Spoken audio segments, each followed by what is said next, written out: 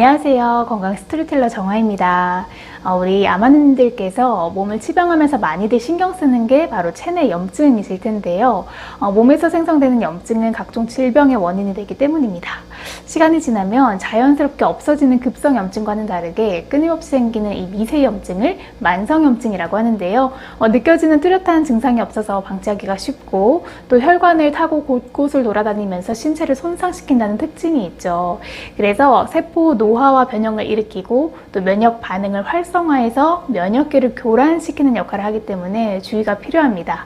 이 만성염증이 위험하다고 하는 이유가 암 발병률을 높이거나 이미 발병했다면 암세포의 전이를 확산하는 데 큰 역할을 하기 때문인데 만성염증 수치가 높은 사람은 낮은 사람보다 암 발생 위험이 남성은 38%, 또 여성은 29% 증가했다고 서울대 병원에서 발표했습니다.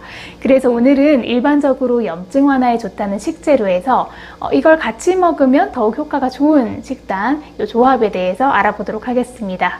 이 외에도 식물성 MSM과 고용량 비타민C를 통해 산화 스트레스와 염증 수치를 낮추는 내용에 대해서도 얼마 전에 330화와 그리고 334화에서 다룬 적이 있으니까 필요하신 분들 참고해 주시면 치병에 도움이 되실 것 같습니다.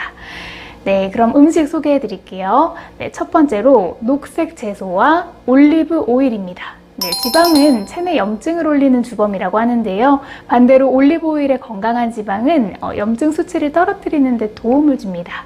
특히 채소와 올리브 오일이 만나면 루테인과 베타카로틴 같은 항산화 물질의 흡수가 촉진되는데요. 녹색잎에 들어있는 루테인은 연세가 있는 분들의 경우 눈 건강에 좋아서 눈의 염증을 가라앉히고 황반 변성과 같은 질환을 예방할 수 있습니다. 그리고 베타카로틴은 전반적인 체내 염증을 줄이는 데 효과가 있는데요.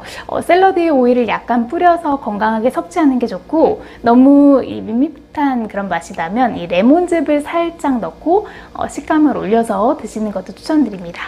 그리고 두 번째 음식의 조화는요, 마늘과 양파 그리고 현미입니다. 암을 치병하고 계시는 환우님들의 경우 보통 식사를 백미보다는 현미로 많이 드실 텐데요. 여기에 양파나 마늘을 같이 섭취하시면 아연 흡수율을 올릴 수가 있습니다. 주의하셔야 하는 건 방금 말씀드린 아연은 굴에 많이 들어가 있어요. 그런데 이 생굴은 그 면역력이 약간 우리 환우님들이 섭취하게 되면 노로바이러스에 쉽게 감염될 수가 있거든요. 그래서 반드시 생굴을 드시는 건 피하시는 게 좋고, 드셔야 한다면 꼭 끓여서 드시는 거 추천드립니다.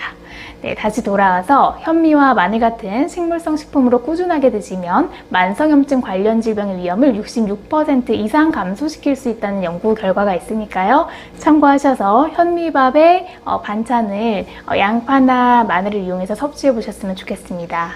네, 세 번째로 시금치와 블루베리입니다. 시금치와 블루베리는 같이 갈아서 아침이나 운동 후에 드시는 게 좋은데요. 만약 갈았을 때 너무 걸쭉하다면 당이 들어가지 않은 플레인 요거트를 같이 섞어서 드셔도 괜찮고요.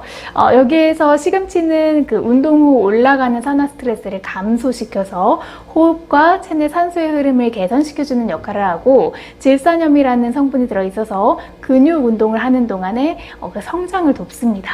그리고 블루베리는 그 존재 자체만으로 염증 수치를 감소시키는 역할을 하죠. 네, 실제로 6주간 매일 블루베리를 먹도록 한 연구에서 이 블루베리를 섭취하지 않은 사람보다 운동 후 체내 염증 수치가 감소했다는 연구 결과가 있다고 합니다. 그래서 구하기 어려운 식자재들은 아니니까요. 이렇게 한번 드셔보시는 걸 추천드립니다. 네 번째는요, 고구마와 고춧가루입니다. 네, 이렇게 말씀드리면 도대체 이게 무슨 황당한 조합이지? 라고 생각하실 수 있을 것 같은데요. 자, 그런데 생각해보면 우리가 삶은 고구마 먹을 때 꼭 김치를 얹어서 먹잖아요. 그것만 생각해봐도 우리가 알게 모르게 그렇게 섭취하고 있는 거죠. 네, 이렇게 고구마와 고춧가루를 같이 섭취하면 비타민 A의 흡수율이 상승해서 피부에 나타나는 염증 반응을 줄이는 데 도움을 받을 수 있습니다. 네, 이와는 별도로 고구마의 보랏빛 색소는 항산화 물질인 폴리페놀을 다량 함유하고 있는데요. 흡착력이 강한 고구마와 식이섬유가 각종 노폐물, 콜레스테롤, 발암물질을 이렇게 몸 밖으로 배출시키는 역할을 합니다. 다만 주의하셔야 하는 건 군 고구마보다는 찐 고구마가 혈당을 적게 올리고, 혹시 당뇨나 당 섭취로 인한 불안감이 있으신 분이라면 섭취량을 고구마를 좀 줄여서 나눠 드시는 게 좋을 것 같습니다. 다만 고구마는 감자와는 다르게 GI 지수가 낮아서 한의사들은 당뇨병 환자도 안심하고 드실 수 있다고 하는데요. 그래도 한꺼번에 너무 많이 드시는 건 삼가하시고 현미와 같이 혈당을 천천히 올리도록 좀 여러 차례 나눠서 드시는 것이 좋을 것 같습니다. 네, 마지막으로는 렌틸콩과 레몬입니다. 네, 이 조합은 철분 흡수율을 올려주는데요. 자, 우리 몸에 철분이 부족하면 나타나는 대표적인 증상이 심한 피로감이죠. 그래서 소화관에 손상을 주고 또 반복적으로 염증을 일으키는데 추가로 근육 건강에 중요한 그 적혈구 단백질 수치가 낮아져서 근육이 발달하는 데 방해를 하게 됩니다. 그래서 이런 증상을 없애려면 샐러드에 렌틸콩과 레몬즙을 섞어서 같이 드시면 효과를 볼 수 있습니다. 그리고 방금 말씀드린 렌틸콩은 10대 항암식품으로 선정될 만큼 이 비타민과 미네랄 그리고 식이섬유가 풍부하고 혈관 건강에 탁월한 효과가 있는 것으로 알려져 있습니다. 참고로 GI 지수가 낮아서 이 당뇨와 변비에도 도움이 된다고 하니까요.